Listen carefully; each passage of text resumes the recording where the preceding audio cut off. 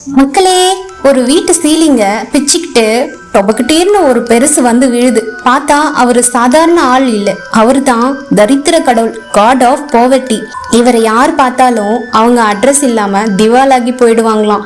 ஏற்கனவே நம்ம ஹீரோ குடும்பம் ஓட்டாண்டியா தான் இருக்கு, இதுக்கும் மேல போறதுக்கு ஒண்ணும் இல்லைன்னு முடிவெடுத்த அந்த வீட்டு அக்கா, வாங்க சாமி வந்து ஒரு பிடி சோறு போடுறேன் அப்படின்னு கூப்பிடுறாங்க. 100 வருஷமா ஒரு பயம் கூட மதிக்காத அந்த தரித்திர சாமி சோறு போட்ட உடனே எமோஷனல் ஆகி கண்ணீர் வடிக்கிறாரு. அந்த அக்காவும் கூட சேர்ந்து ஒப்பாரி வைக்கிறாங்க.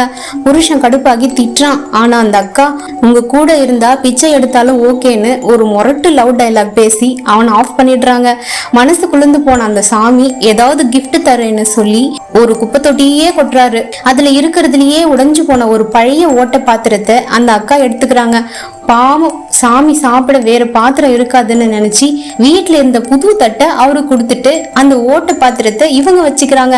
சாமி மறுபடியும் எமோஷனல் ஆகி இன்னைக்கு யாருக்கு ஆப்பு வைக்கணும்னு ஒரு லிஸ்ட்டை பார்த்துட்டு டார்கெட்டை மாத்திட்டு வேலையை பார்க்க கிளம்பிடுறாரு. புருஷன் பதறி போய், ஏய் அந்த பாத்திரத்தை தொடாத, தரித்திரம் பிடிச்சுக்கொன்னு கத்துறான்.